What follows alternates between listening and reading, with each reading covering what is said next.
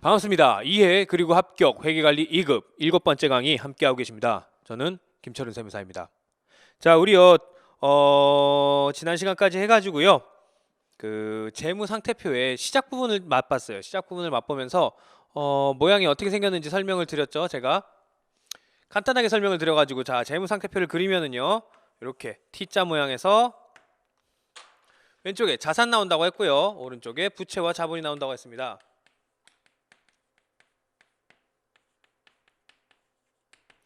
자, 이 표의 이름은 재무상태표라고 이야기를 했고요. 여기 나오는 거는 2020년 12월 31일 현재 주식회사 짱구패션, 단위는 원단위예요 라고 적어준다고 얘기를 했고요. 자, 자산은요 1년 기준으로 유동, 비유동 나눈다고 했어요. 유동자산, 비유동자산 으로 나눈다고 했고요. 자, 1년 기준이 아니더라도 만약에 우리 회사가 정상적인 영업 주기가 1년을 넘어가는 경우라면은, 그러한 경우라면은 우리 1년을 넘더라도 유동자산 안에 넣는다라고 이야기를 했어요. 자, 유동자산은 우리가 첫 번째로 지난 시간에 배웠던 게 뭐였냐면요, 당자자산이라는 걸 배웠습니다. 당자자산 뭐였죠? 현금화로 되는 애들. 이 순서는요 유동성 배열법에 따라서 현금이 빨리 되는 순서로 위로 올라가요. 그렇기 때문에 당자자산, 가장 먼저 현금을 현금으로 바꿀 수 있는 건 현금이죠. 무슨 말 하는 거야? 자, 은행 가서 내가 만약에 통장을 주면서 돈 빼주세요라고 하면 바로 뺄 수 있으면은 현금화가 높다라고, 유동성이 높다라고 이야기를 하는 거고요. 우리 보증금처럼 3년 후에나 2년 후에나 받을 수 있는 돈은 어떻게 해요? 유동성이 낮다라고 이야기를 하는 거예요. 그래서 밑에서 쓰는 거고요. 자, 당자자산 안에 우리가 현금에 대해서 같이 봤어요. 현금, 현금성 자산, 그리고 당자 예금, 당자 차월에 대해서 같이 공부를 해봤고요. 자, 두 번째로 나오는 게 이제 옷과 같이, 우리 짱구 패션은 옷을 파는 회사니까는 옷을 팔려고 갖고 있는 재고자산이었습니다. 자, 재고자산 팔려고 하니까는 파는 순간 돈으로 바뀔 수 있으니까, 물론 외상으로 받는 게 아니라고 한다면 어찌됐든 간에 빨리 유동성이 높다라고 해서 이 정도까지 쳐줬어요. 자, 비유동자산입니다. 1년 이후에 또는 정상적인 영업주기 이후에 현금화가 될 수 있는 애들. 자, 첫 번째로 좀 돈을 갖고 있으면 투자를 하려고 있는 애들이 있어요. 투자자산. 이 투자로 해서 우리가 주업이 아니더라도 어떻게 저기 부동산 바로 금액 오를 것 같은데 저기에다가 투자해서 돈을 벌면 되는 거죠. 그래서 투자 목적으로 갖고 있는 투자자산. 두 번째, 건물, 컴퓨터, 자동차 이런 것과 같이, 토지같이 우리가 그냥 보유하고 있는 자산인데 눈에 보여요. 형태가 있어요. 그러한 애들 유형자산. 마찬가지로 똑같은 애들인데 특허권, 산업 지적재산권 이런 식의, 우리 광업권 이런 식의 권한을 갖고 있어요. 권리를 갖고 있어요. 나한테 회사에 도움이 돼요. 내가 자산이 뭐라고 그랬어요, 여러분들? 지난 시간에 우리가 공부했던 과거에 있었던 이벤트에 대한 결과로 지금 현재 회사가 컨트롤하고 소유하고 있는 미래에 나한테 효익을 가져다 줄 것을 자산이라고 한다고 했잖아요. 우리 그런 무형으로 특허권 이런 것들도 눈에 보이지는 않지만 자산의 속성을 가지고 있기 때문에 무형 자산으로 합니다. 이제 여기에도 속하지 않는 애들이 있어요. 기타스러운 애들이죠. 걔네들 다 모아서 그냥 네 번째 기타 비유동 자산에 다 모아놨습니다.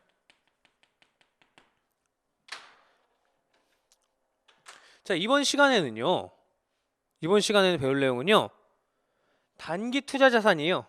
투자 자산이긴 투자 자산인데 뭐예요? 단기 투자 자산이에요. 그냥 투자 자산이면 어디에 들어간다고요? 여기요. 자, 그래서 여기에 들어갈 내용도 좀 보고요. 이 투자 자산인데, 투자 자산은 투자 자산인데 1년 이내에 또는 정상적인 영업주기 이내에 현금화가 될 애들은 어디요? 우리 유동자산 안에 들어가는데 어디 넣어줘요? 팔려고 갖고 있는 건 아니고 당자자산 안에 현금 및 현금성 자산, 또 단기 투자자산. 그래서 이번 시간에 배울 내용은요 투자자산 약간 배울 거고요, 단기 투자자산 약간 배울 겁니다. 그리고 이 뒤에 나와 있는 두 개에 걸쳐져 있는 유가증권이라는 게 있습니다. 가치가 있는 증권이다. 유가증권에 대해서 회계 처리할 건데요, 이거는 아주 중요합니다. 아주 중요하기 때문에 얘는요 유가증권, 증권이나 이런 주식 같은 애들인데 얘를 살 때 회계 처리 어떻게 하는지, 갖고 있을 때 회계 처리 어떻게 하는지, 그걸 팔 때 회계 처리 어떻게 하는지에 대해서 같이 공부를 할 거고요. 그리고 여기에 나와 있는 애들 중에 단기 매매 증권이라는 애가 있어요. 그리고 매도 가능 증권이라는 게 있어요. 이게 지금 뭔지 몰라요. 하지만 얘네 둘의 차이점, 비교점에 대해서 함께 공부해 보도록 하겠습니다. 페이지는요 76페이지고요. 단기 투자 자산, 반가로 2번 단기 투자 자산. 이 단기 투자 자산은요 두 가지 성격이 있다고 그랬어요. 뭐요? 단기라는 1년 이내에 현금화가 될 애고요. 1년 기준으로 나누니까요. 투자를 목적으로 갖고 있는 애예요. 투자를 목적으로. 자, 밑줄부터 칠게요. 단기 투자 자산은 기업이 여유 자금의 활용을 목적으로 보유하는 자산으로 단기적 자금 운용 목적으로 소유하거나 기한이 1년 이내에 도래하는 것을 말한다. 오케이, 뭔지 알겠어요. 1년 이내에 투자할 목적으로 가지고 있는 거네요. 오케이.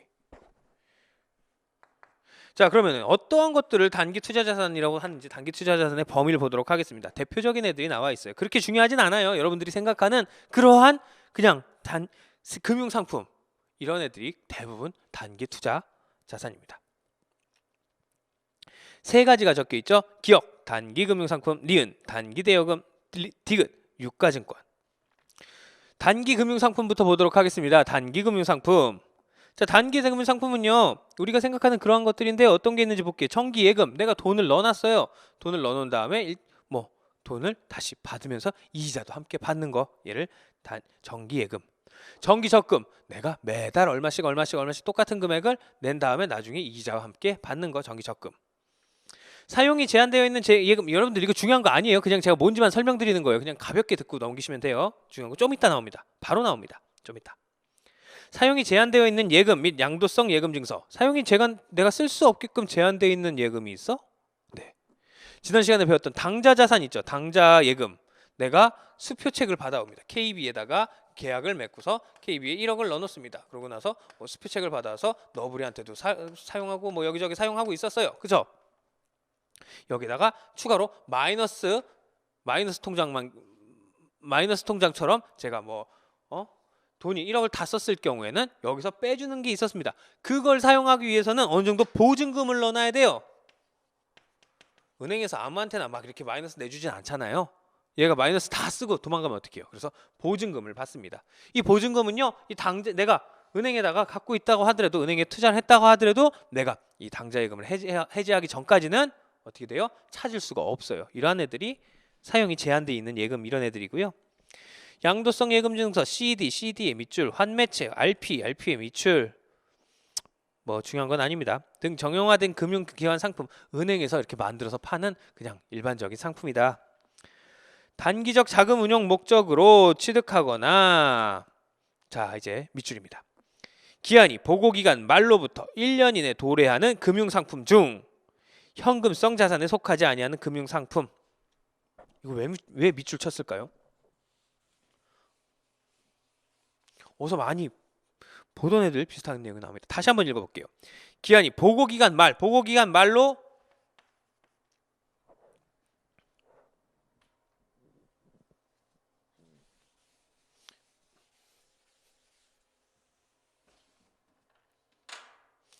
기한이 보고기한 말로부터 1년 이내예요. 1년 이내에 도래하는 금융상품이래요. 비슷한 거 어디서 봤는데. 뭐죠? 페이지 67페이지. 67페이지 보시면은요. 우리 낫 어쩌고 쓴 거 있어요. 자, 현금성 자산은요. 취득일로부터 3개월 이내에 만기 또는 상환되는 애들이 현금화가 되는 애들이에요. 얘가 뭐라고요? 현금성 자산. 얘는요? 단기 투자 자산. 시험 문제 내기 딱 좋아요. 자, 한번 봅시다. 단기 투자 자산은요, 취득일로부터 1년 이내에 도래하는 상품을 말한다. 금융상품을 말한다. 띠 틀렸죠? 현금성 자산은 보고기간 말로부터 3개월 이내에 도래하는 상환일이나 만기가 도래하는 뭐 것을 말한다. B 틀렸죠. 자, 단기 투자 자산은요. 보고 기간 말 언제예요? 우리 보고 조금 전에 했어요. 조금 전에도 이렇게 해서 여기 보고 기간에 2020년 12월 31일 결산 때 현재 이렇게 적었어요. 이때로부터 1년 이내에 도래하는 애들, 돈 바꿀 수 있는 애들, 얘네는요. 단기 투자 자산인 거고요.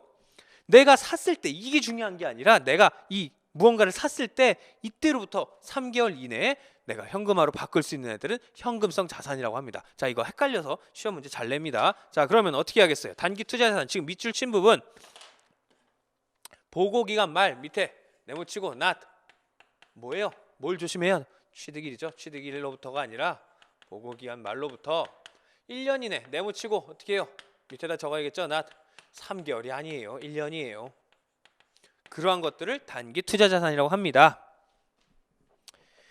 자, 밑에다가 그냥 간단하게만 적어만 놓으세요. 중요한 건 아니고요. CMA라는 것도 마찬가지예요. 얘는 어음관리구자,